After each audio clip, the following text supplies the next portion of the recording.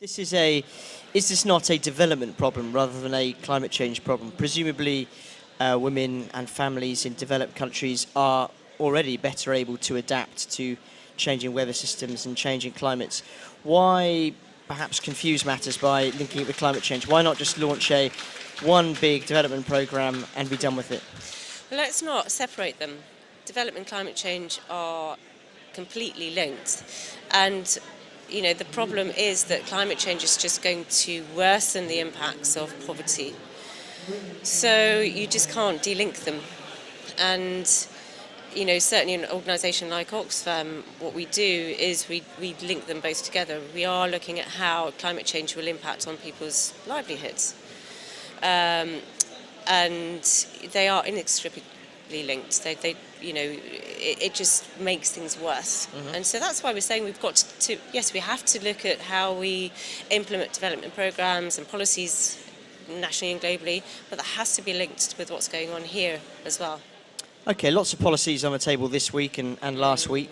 One in particular, the Green Climate Funds. A lot of talk been about it, not much concrete proposals as yet, although I'm sure there are sort of draft forms buzzing about in the conference centre behind us.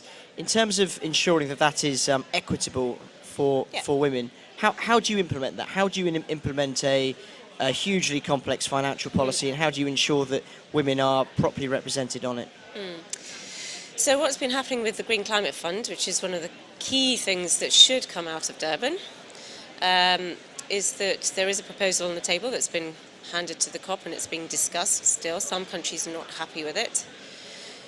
That proposal has come out of a year-long sort of series of meetings. The transitional committee has met. Trevor Manuel, who is here in South Africa, in the presidency in South Africa, has co-chaired those meetings.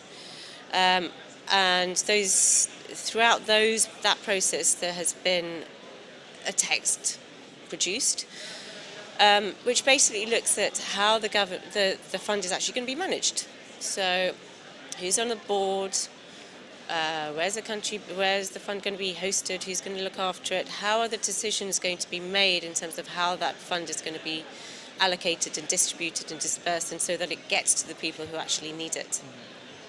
One of the key issues that we've been really pushing for is the recognition of women's particular vulnerability, and in which case we've been asking for representation in the management of the fund. Mm-hmm. We've been asking for a principle that recognises their vulnerability and so ensures that decisions to do with the fund actually take into account women and prioritise women.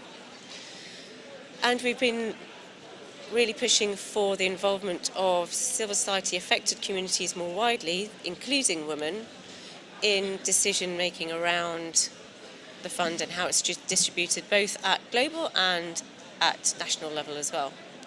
So those are the sorts of things that some of which are actually in this text, and so that's great. The problem now is that text isn't agreed. There are a few countries that objected to it. They might try and open it up, or they might try and add things in to address some of the concerns that they have. What we're really concerned about is that the elements that recognise women within that proposal need to stay in there. We cannot lose that. It's happened before. It happened in Cancun last year. We had some good, strong text on women and recognising women. It got taken out.